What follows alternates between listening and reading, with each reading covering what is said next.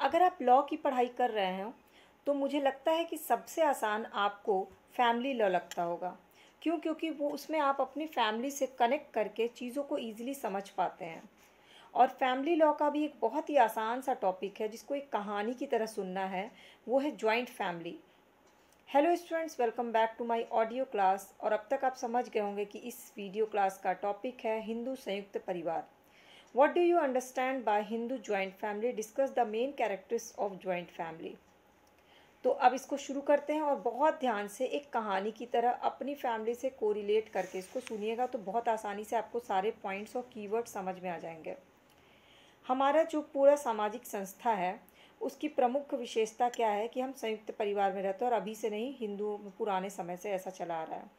तो हिंदू समाज में संयुक्त परिवार, जिसको हम लोग बोलते हैं शामिलाती कुटुंब, ज्वाइंट एंड अनडिवाइडेड फैमिली, ये पहला कीवर्ड है, ज्वाइंट एंड अनडिवाइडेड फैमिली।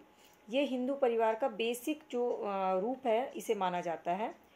हालांकि अभी बहुत कम जगह ज्वाइंट फैमिली देखने मिलता है, लेकिन पुराने समय से लेकर अभी तक हमारे हिंदू परिवार का बेसिक जो थीम है वो ज्वाइंट फैमिली का है, यानी अनडिवाइडेड फैमिली का है। अब परिवार एक संयुक्त परिवार है ना केवल संपत्ति के मैटर में, बल्कि खान पान, पूजा पाठ, जो भी चीज़ें हो रही है सब में संयुक्त हैं। इसमें आप एक ब्रैकेट में केस लिख सकते हैं, रघुनाथ वर्सेस वारजो किशोर 1876। ये केस आप मेंशन कर दीजिएगा। इस पद्धति का मनु ने बहुत समर्थन किया है। मनु स्मृति, अगर आपने कभी इतिहास में पढ़ा होगा तो मनु स्मृति में मनु ने कहा है कि पिता की मृत्यु के बाद सबसे बड़ा पुत्र को चाहिए कि वो समस्त पैतृक संपत्ति को उसके दायित्व सहित अपने ऊपर ले ले। मतलब पिता की मृत्यु के बाद सारी जिम्मेदारी किसे आती है? परिवार के सबसे बड़े बेटे को। और उसके छोटे भाइयों को ये करना चाहिए कि अपने बड़े भाई के संरक्षण में रहे, मतलब गार्जियनशिप अपने बड़े भाई का माने, उनका आदर करे और उन्हें पिता का स्थान दे। हालांकि अभी के समय में ज्वाइंट फैमिली जो है वो टूटता जा रहा है और एकल फैमिली, न्यूक्लियर फैमिली हमने देखने को मिल रही है। पर फिर भी कई जगह पे हमारा जो मेन संस्कृति चली आ रही है, अभी भी संयुक्त फैमिली चल रही है। अब चूंकि ज्वाइंट फैमिली की पद्धति पुरानी है, वैदिक काल में भी भारत में ज्वाइंट फैमिली, संयुक्त परिवार की व्यवस्था थी। और इस व्यवस्था में पुत्र विवाह के बाद अपनी स्त्रियों और संतान सहित पिता के साथ एक ही घर में रहता था। तो इस प्रकार परिवार का ही संयुक्त परिवार कहलाता था। मतलब शादी के बाद बच्चे जो है वो अलग नहीं रहते थे, साथ ही रहते थे। हिंदुओं के अनुसार व्यक्ति नहीं बल्कि परिवार ही समाज की इकाई है। परिवार में एक साथ रहना, एक साथ भोजन करना, एक साथ पूजा पाठ करना, एक साथ आर्थिक रूप से संयुक्त होना सबसे इम्पोर्टेंट है। अब पिता अपने बेटों को, बेटों की पुत्रियों को, बेटों के जो बहुएं हैं वो, भाभियाँ, सब एक साथ एक ही घर में रहते थे। एक ही चूल्हे पे खाना बनना, यज्ञ, पूजा पाठ, धर्म, श्राद्ध, अनुष्ठान जो होते थे सब एक साथ होते थे। संपत्ति का स्वामित्व, घर में कोई बिजनेस या उत्पादन चल रहा है, सब एक साथ होता था, सारे सदस्य एक साथ करते थे। ये सब कुछ तत्व हैं संयुक्त परिवार के। आप इसको पॉइंट वाइज भी लिख सकते हैं। परिवार के सदस्य जो भी कमाते थे वो एक कॉमन जगह जाता था, इकट्ठा हो जाता था। और जो परिवार का मुखिया या परिवार का जो कर्ता कहलाता है, उसी के पास ये अधिकार होता था कि उसको पूरे प्रबंधन को देखना होता था कि परिवार के सदस्य चाहे कितना भी आय कमाए, कोई कम कमाता है, कोई ज़्यादा कमाता है, पर एक संयुक्त कोष में उसको डाल दिया जाता था। और कौन कितना कमा रहा है उस हिसाब से उसको नहीं मिलता था, बल्कि किसकी जितनी आवश्यकता उस हिसाब से उसकी आवश्यकता की पूर्ति हो जाती थी। तो अगर देखा जाए तो संयुक्त परिवार जो है वो समाजवाद के आदर्श को पूरा करता है। और परिवार का मुखिया, जो परिवार का मेन कर्ता होता था, वो पूर्ण नियंत्रण रखता था। लेकिन तब भी संयुक्त परिवार की कुछ एक विशेषता हमें पॉइंट में लिखनी होगी। जैसे संयुक्त परिवार के सदस्य कौन कौन होते थे? वे पुरुष जो पुरुष वंशानुक्रम में आ रहा है, मतलब पिता के बाद पुत्र, पुत्र के बाद पुत्र।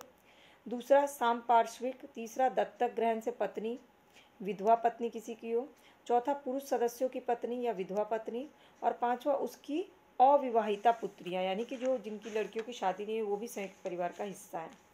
अब ऐसे में संयुक्त परिवार की विशेषता क्या है?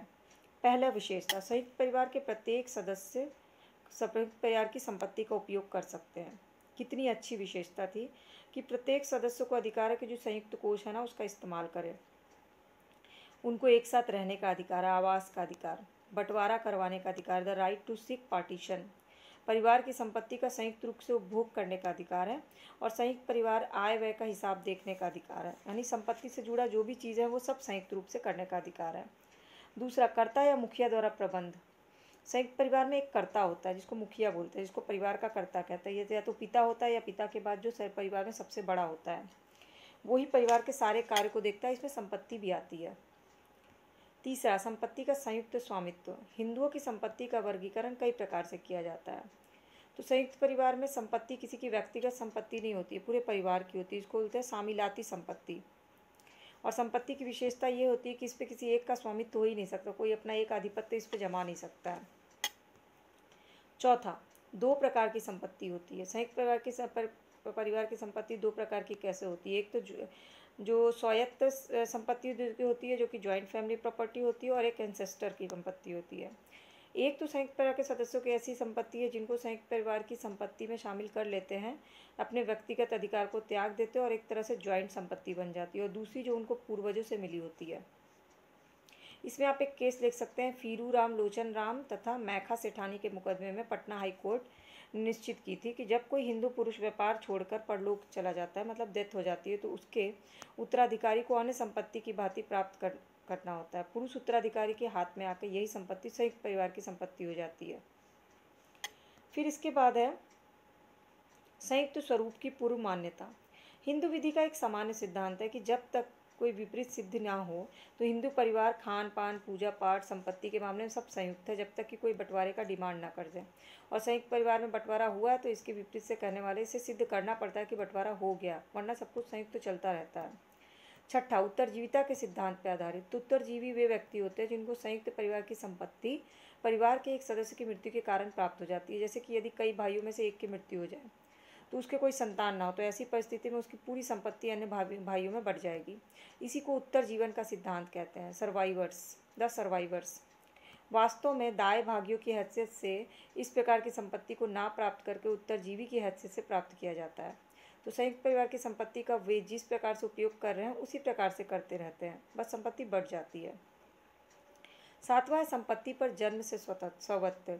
जब कोई पुरुष अपने पिता, पिता के पिता, पिता या पिता के पिता से संपत्ति के उत्तराधिकार में प्राप्त करता है तो मिताक्षरा विधि के अनुसार उस व्यक्ति के पुत्र, पुत्र के पुत्र और पुत्र से पुत्र के पुत्र उस संपत्ति में जन्म सिद्ध प्राप्त कर लेते हैं। मतलब एंसेस्टर से जनरेशन वाइज वो संपत्ति उनको मिलती रहती है। जितने व्यक्तियों को संपत्ति में इस प्रकार जन्म सिद्ध स्वायत्त प्राप्त हुआ मिल करके दायादों का समूह कहलाता है। ठीक है, तो अब हमने समझ लिया कि संयुक्त परिवार का मतलब क्या होता है, डेफिनेशन क्या होता है, संयुक्त परिवार की प्रमुख विशेषता क्या होती है। आप इसमें ये दो केस जरूर मेंशन कर दीजिएगा। एक तो फीरू राम लोचन राम तथा मैखा सेठानी का मुकदमा पटना हाई कोर्ट। एक और केस लिख सकते हैं, राम गोपाल मोहन लाल पंजाब राज्य केस। और आपको इसमें एक तीसरा केस लिखना है, रघुनाथा वर्सेस वारजो किशोर 1876 केस। ठीक है, तो अब पूरा इतिहास से शुरू करना है आपको, वैदिक काल से लेकर के मनुस्मृति, मिताक्षरा और हमारे अब पूजा पाठ से लेकर के खान पान, इकोनॉमिकली संयुक्त परिवार का जो कोष होता है वो कैसे चलता है, ये सारे कीवर्ड्स को कॉपी में नोट डाउन कर लीजिए ताकि कोई डाउट ना रह जाए। और जब कीवर्ड्स याद रहते हैं ना तो आंसर लिखना बहुत आसान हो जाता है। अगर आपको कीवर्ड्स लिखने का सही तरीका नहीं पता है तो मुझे कमेंट करके बताइएगा, मैं आपसे सिर्फ और सिर्फ कीवर्ड्स शेयर कर दूँगी ताकि आप सिर्फ 10 कीवर्ड से पूरा का पूरा आंसर लिख सकिए। और हमेशा की तरह मैं बाद में फिर यही बोलूँगी कि आपको क्या करना है, कंक्लूजन अपना खुद लिखना है कि आप संयुक्त परिवार के बारे में क्या सोचते हैं, वर्तमान समय में संयुक्त परिवार की क्या स्थिति है, क्या जो भी संयुक्त परिवार के तत्व बताए गए वो अभी भी कहीं एग्जिस्ट करते हैं या नहीं करते हैं, और अगर नहीं करते हैं तो उसके पीछे का क्या कारण है, और अगर करते रहते संयुक्त परिवार तो आज हमारा समाज कैसा होता। क्योंकि ये जो टॉपिक है सिर्फ लॉ का ही नहीं बल्कि समाजशास्त्र